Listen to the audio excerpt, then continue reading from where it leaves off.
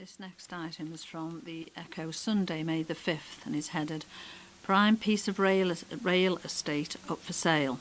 And it's referring to the famous model village in Southport, which has gone on the market. Southport's model railway village has been put up for sale. Since 1996, the popular attraction has welcomed thousands of families from around the area, as well as train enthusiasts from all over the globe. But after 20 years in business, Knightsbridge Business Sales has announced it is now accepting offers for the well-established tourist attraction. On their website, it says, Southport Model Railway Village generated a healthy turnover of £77,000 last financial year, despite a limited opening season. The attraction benefits from an excellent location on the lower promenade, which sees high footfall, especially during the summer months.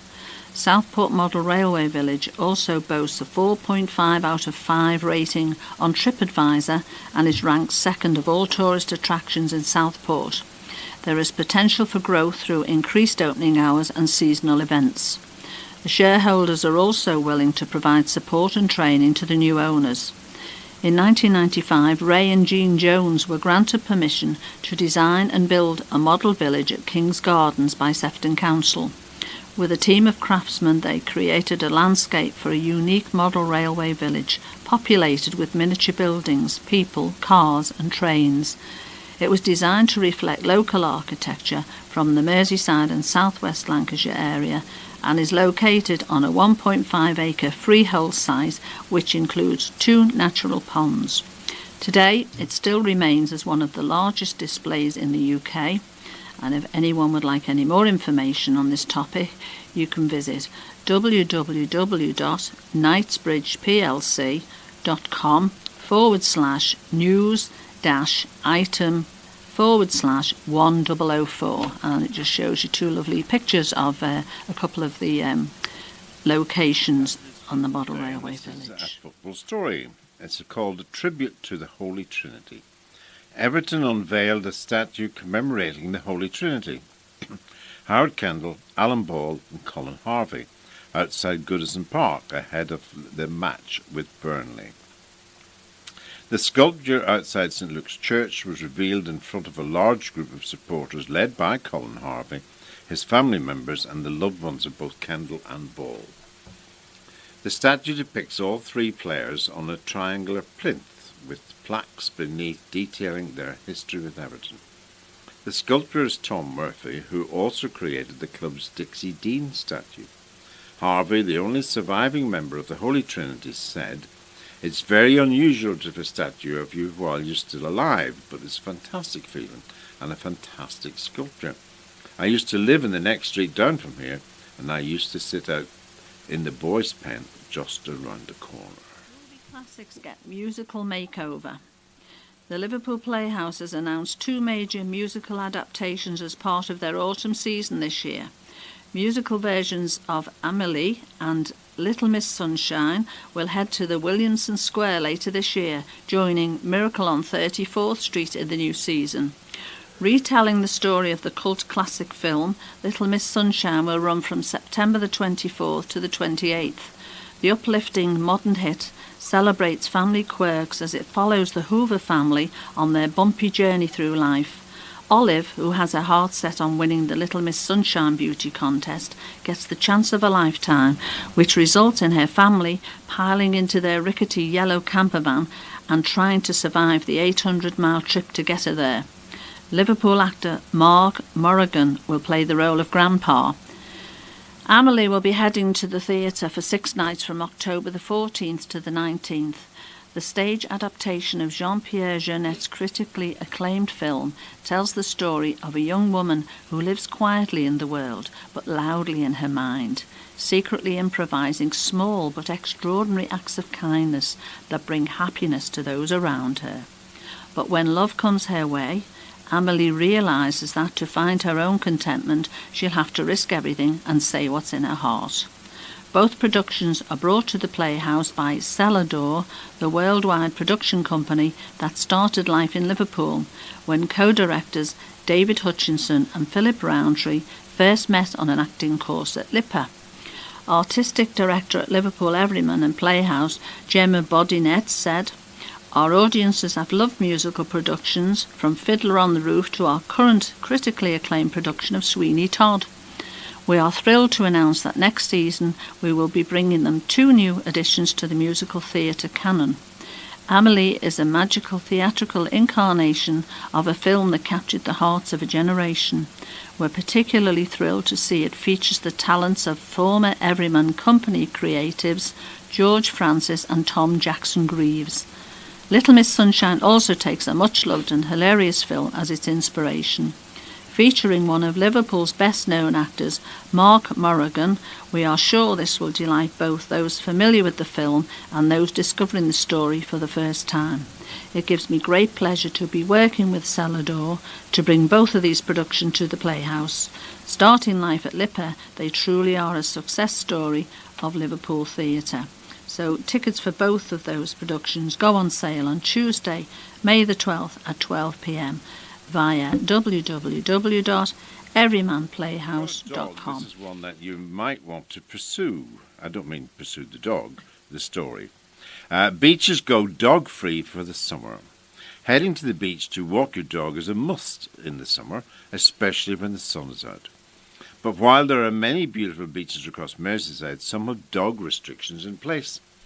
The restrictions vary from beaches across the country, but can apply to the time of the day, certain zones, or require dogs to be kept on a lead. In Merseyside, Southport Beach and Ainsdale Beach have dog exclusion zones in place from May the 1st to September the 30th every year. Southport Beach should be free of dogs from the pier south towards Pleasureland and to the tide line. Ainsdale Beach should be free of dogs 200 metres either side of the main beach entrance and the tide line. Not following rules, including these restrictions, could see dog walkers fined up to £1,000 if prosecuted. The rules include keeping your dog under close control at all times or on a lead, never letting dogs roam unattended, and cleaning up after the dogs. Other Merseyside beaches such as Crosby, Formby, New Brighton and Mells do not have dog restrictions. Report here referring to the Hilton Hotel in Liverpool. Former WAG hotspot may get a casino. The hotel that housed a scandal-hit nightclub, popular with Liverpool's WAGs, could soon have a casino. Liverpool One's Hilton Hotel is the subject of plans submitted to the council that would see a space on its ground floor converted. The hotel used to house exclusive club Playground, a favourite of celebs such as Colleen Rooney, Danielle Lloyd and Alex Gerrard, and it became known in the city for lavish spending when a 30-litre bottle of champagne was sold from the club's 18-foot-long bar for £125,000 in 2012. However, the club, which is now closed, was the subject of a licence review the following year after a member of staff was punched in the face and police officers found cocaine in the VIP area. Brown wrote in last Thursday's Echo that rats feast on rubbish dumped in alleyways. A neighbourhood blighted by rats and litter dumping is starting to look like it's been hit by an earthquake, a councillor has warned. Gary Miller, who represents Old Swan, shared a series of images on Twitter on Tuesday which show decrepit alleyways falling apart and piled high with litter and weeds. In one alleyway on Prescott Road, weeds are so overgrown a large tree can be seen sprouting from the wall, blocking the path and causing infrastructure to crumble. Councillor Miller tweeted, "Looks like an earthquake on Prescott Road in Old Swan. No, it's a dangerous wall and overgrown weed that has become a tree where it appears a resident has ignored. It's really dangerous, so I've asked for prompt action by the council." Residents have frequently taken to social media to complain about the state of their neighbourhood, where rats have been feasting on wheelie bins. Other images shared by Councillor Miller showed household furniture and overflowing bins clogging the alleyways and building materials dumped in the road. Councillor Miller warned residents that their behaviour was costing the council and the taxpayer with the authority forking out millions cleaning the city's filthy streets. A council spent $10 million a year clearing up litter and has launched radical plans to crack down on the problem. Old Swan is one of a number of areas set to be targeted by Liverpool City Council's £6 million rat blitz, which will see that the city's narrow Victorian alleyways repaired and deep cleaned, with new bin collections trialled. The phased 3-year programme announced by County Ward last year has already made a huge difference to how the waste is stored and collected there. The council will be moving on to Kensington in the next stage of the programme, while other areas being targeted include Anfield to aid a bus driver in 3-vehicle collision. Jasmine Cameron Child, she has done this one. She's an Echo correspondent. A heroic private taxi driver leaped through the window of a bus after it collided with 2 other cars near Walton Police Station. Moments after the single-decker bus smashed into a white tipper truck and a van, the taxi driver checked on the driver and climbed through the side of the vehicle to put the bus into neutral gear. The incident on Wednesday afternoon resulted in a number of road closures and bus diversions throughout the day. The driver was later removed from the scene and taken to hospital by emergency services, while 1 bus passenger received minor injuries. The taxi driver, who did not want to be named, said the bus driver appeared to look very unwell at the time of the crash and was slumped over to his left of the steering wheel. He was very, very grey in the face. The cab door was jammed, which we tried to force open on the inside, and when that failed, I jumped in the driver's window, applied the handbrake and put the bus into neutral. The fire service, police vehicles and ambulance crew all attended the scene. At this stage, it's not known what caused the collision. It is believed a stagecoach bus was involved.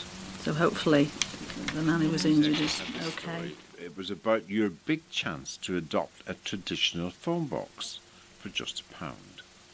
There are nearly 50 phone boxes in Merseyside that you can adopt for just £1 and turn into whatever you want. Following the rise of mobile phones, calls made from our public telephones have fallen by about 90% in the past decade, leaving many boxes unused. But now BT is offering communities the chance to adopt a box and give it a new lease of life. Other phone boxes around the country have been turned into mini nightclubs, cafes, book swap shops, and even to house life-saving equipment such as defibrillators. The telecoms giant will continue to provide electricity, if already in place, to power the light for adopted kiosks free of charge. BT's Senior Payphone's Commercial and Operations Manager, Catherine Bradley, said, "We're pleased to be given even more local communities the chance to adopt a phone box. With more than 380 phone boxes now adopted across the Northwest, this is a fantastic opportunity for communities to own a piece of history. The opportunities are endless, and we've already seen some amazing transformation. Applying is easy and quick, and we're always happy to speak to communities about adopting our traditional BT red phone boxes. More than 380 have already been adopted by communities in the Northwest. The number of phone boxes available for adoption on Merseyside include 25 in the Wirral, 8 in Liverpool, and 7 each in Sefton and St Helens. And if you're interested, then you can go to bt.com/adopt for application forms and information. Poor rating from Ofsted. A preschool nursery has been given the lowest possible Ofsted rating after compromising children's health and well-being. Premier Nursery Southport was given an inadequate rating, with the report citing poor teaching quality and issues that may affect the safety and welfare of children. The report also says staff do not provide healthy food for children, which compromises their health. Part of the report from the inspection on March the 29th reads, "Staff do not have a secure understanding of risks that may affect the safety and welfare of children. They fail to provide sufficient challenge for children and do not focus effectively on what children need to learn next. Staff do not consider the needs of younger children when providing learning experiences. For example, Adult-led activities fail to stimulate children and do not encourage exploration. There is a detrimental impact on children's learning outcomes. The nursery on Sussex Road is attended by around 40 pupils aged 0 to 5 and has been established since 1996. Premier Manager Len Mann said, "We're in the process of appealing against this rating. All matters raised in our inspection feedback have been addressed and we believe we are operating at a high standard." Especially from somebody who we know. At the St Mary's St Vincent de Paul Healing Mass in Woolton, celebrated by Father Timothy Buckley, 2 very special members were presented with medals and certificates for their huge contribution to the St Vincent de Paul. George Flattery joined in 1968 as ex-president and former treasurer. George gave 58 years to St Mary's St Vincent de Paul. PLC contributor David Keane is the conference treasurer who joined in 1986 and has been a member for over 32 years. Tremendous contributions to parish life, well deserving of recognition. The Mass was followed by a reception in the parish hall. That concludes this week's reading of a selection of local news from the Echo.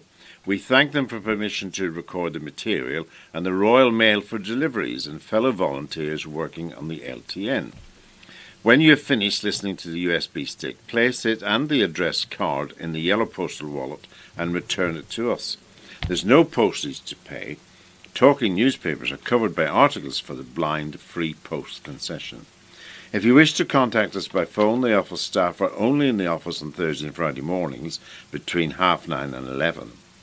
Otherwise, please leave a message on the answer phone. Our telephone number is 0151 486 1400.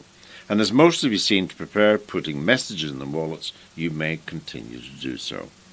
Our editors for the magazine News and Christian News teams would welcome feedback from listeners. It would be helpful to know if we're providing the items that you enjoy.